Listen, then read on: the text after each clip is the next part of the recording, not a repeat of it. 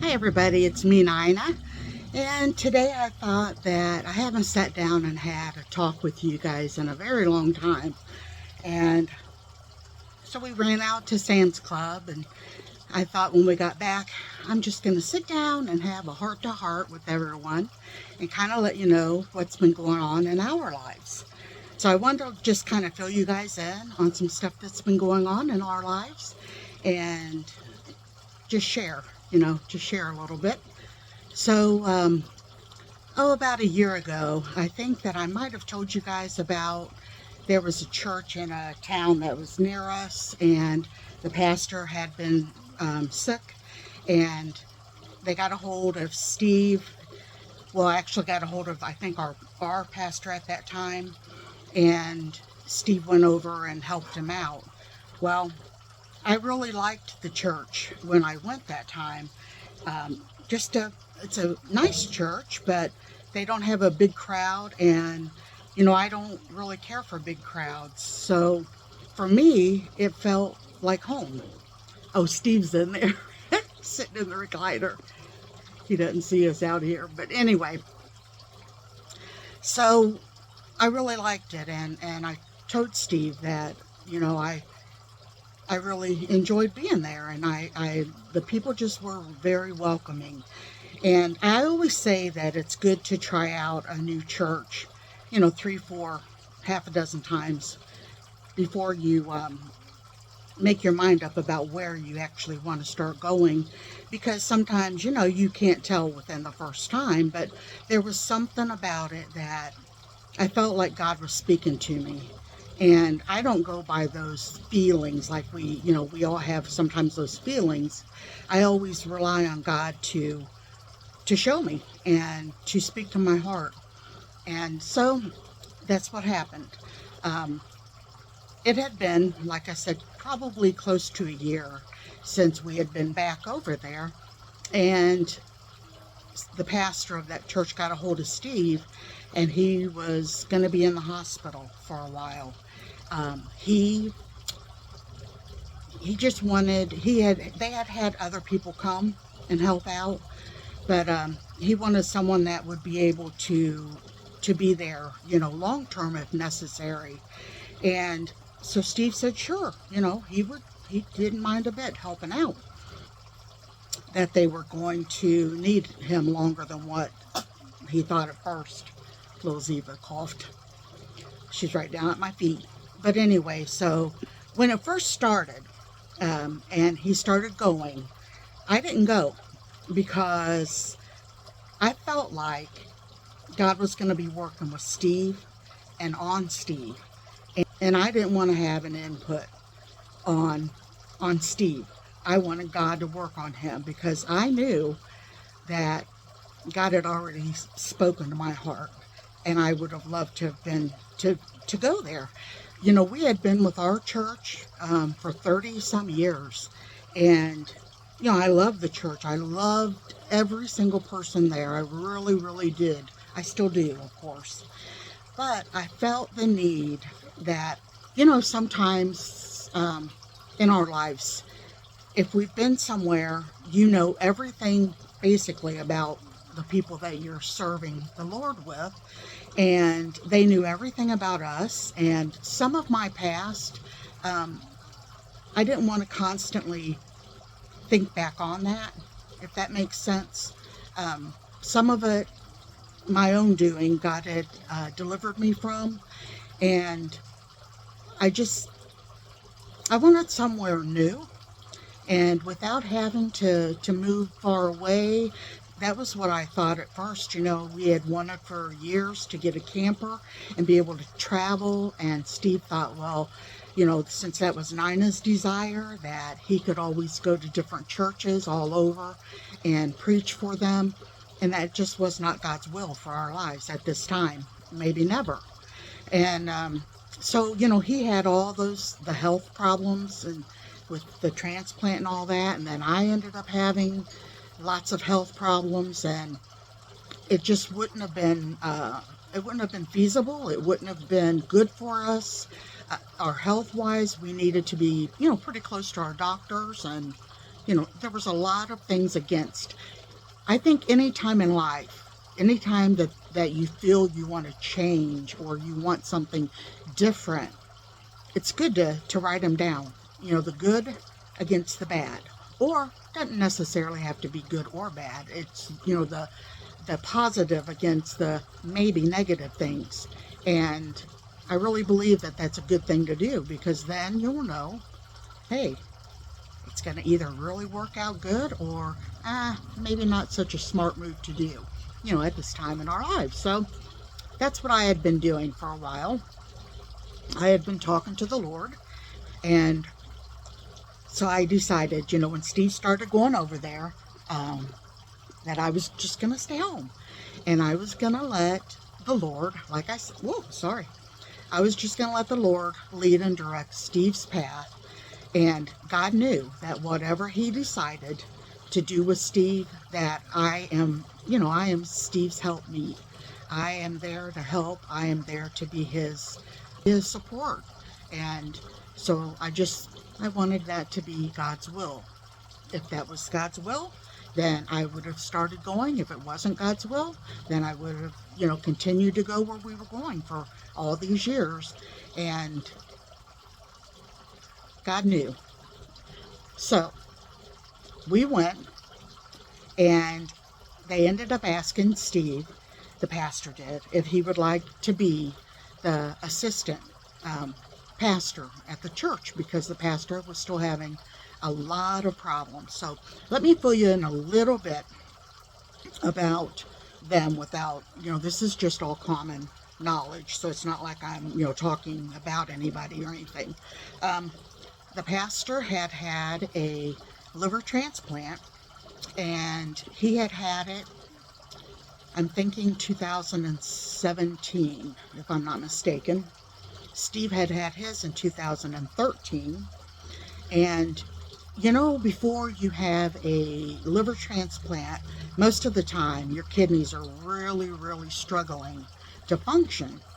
Well, I guess the pastor's kidneys never bounce back. Kidneys aren't like your liver. Your liver can regenerate and kind of heal if it's not that bad, and the kidneys don't do that. So he had been on kidney dialysis for the last 5 years. And we found that out as we were talking to him and his wife. And there was other things that it was like, wow, we have a lot of things that we were dealing with that they had already dealt with, and vice versa. And it was almost like the pastor said that it just all seemed like a God thing, because we were so similar in a lot of the things that God had shown all of us. So that really made it, kind of nice to know that they noticed it and we noticed it, So unfortunately, the pastor just kept getting worse. And he spent weeks and weeks in the hospital, and then weeks and weeks in not really a nursing home, but what am I trying to think of? Where he could be taken care of. And after that, he came home, and then he ended up going back in the hospital and found out that there was nothing else that they could do for him. His blood pressure had been bottoming out really bad. And, watch out, baby. I think hold on. Okay, she got hung up around the chair. So his blood pressure had been bottoming out, like I said, and they found out that the dialysis was, making that happen. And the doctor had told him that he could pass away in the dialysis chair, from a heart attack, because his blood pressure and stuff was dropping so low, and it would, stay pretty low.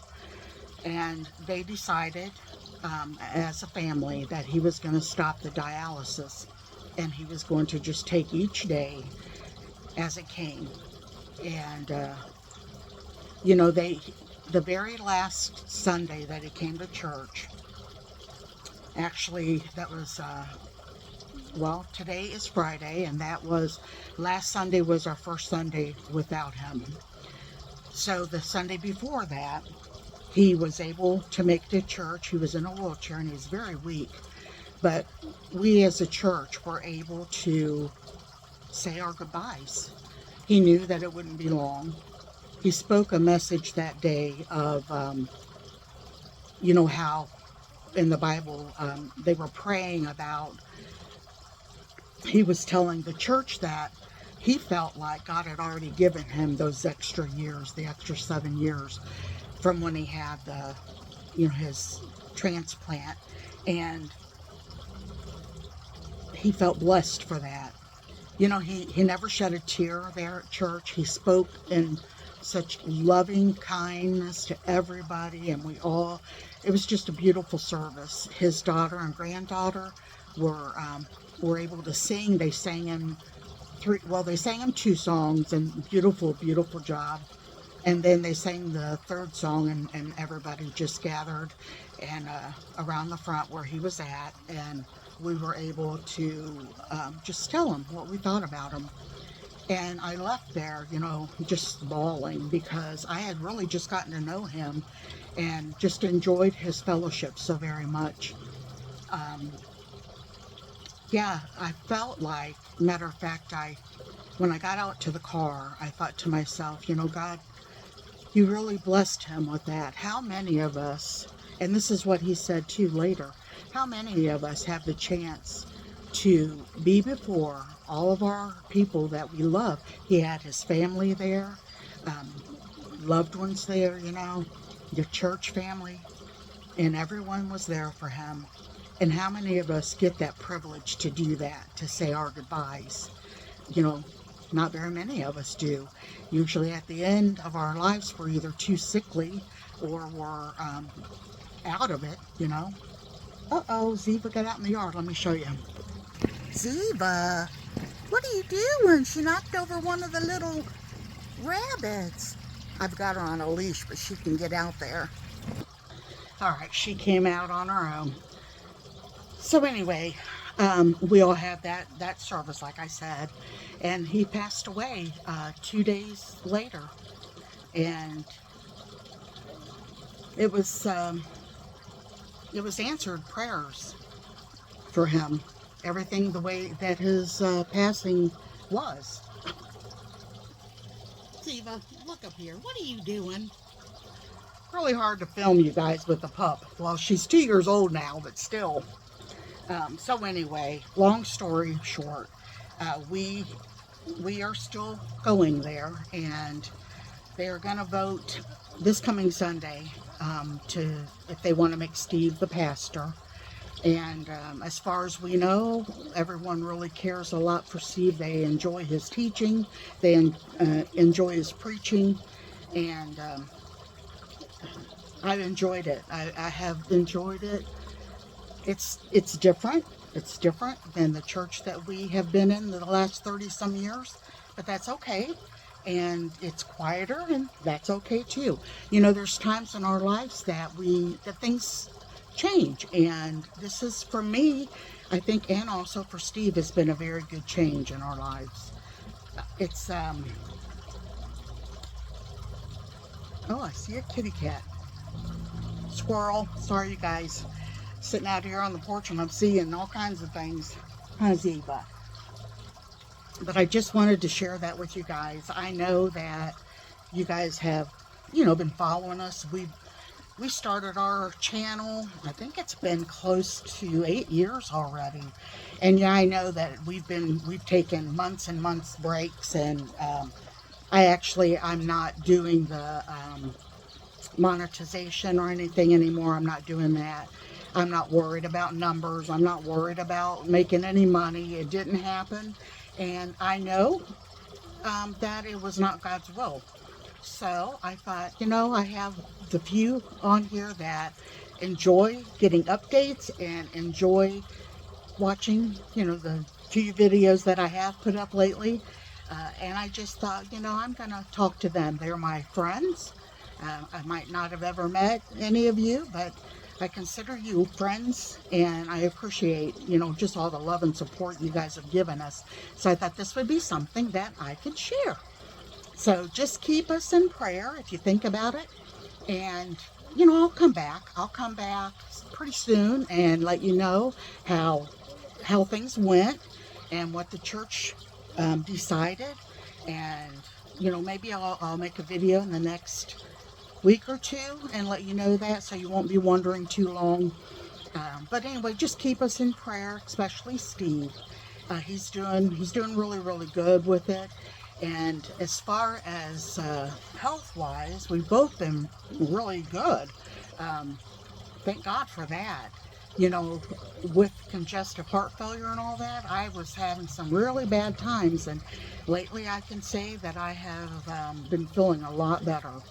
So I know I've got people praying for me and for Steve too, so we appreciate it, every single prayer. All right, so God bless you guys, and like I said, I'll see you maybe in a couple weeks, and take care of yourselves.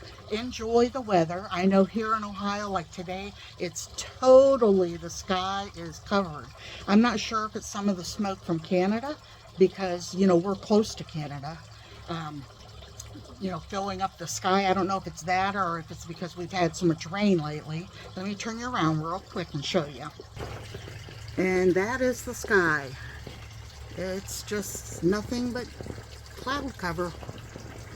So yeah, but whatever weather you're having, get out there and enjoy it. And yes, I am enjoying the beautiful roses, and I planted these little planters over here, and Steve has been out working and getting stuff done, and we got the chickens moved over.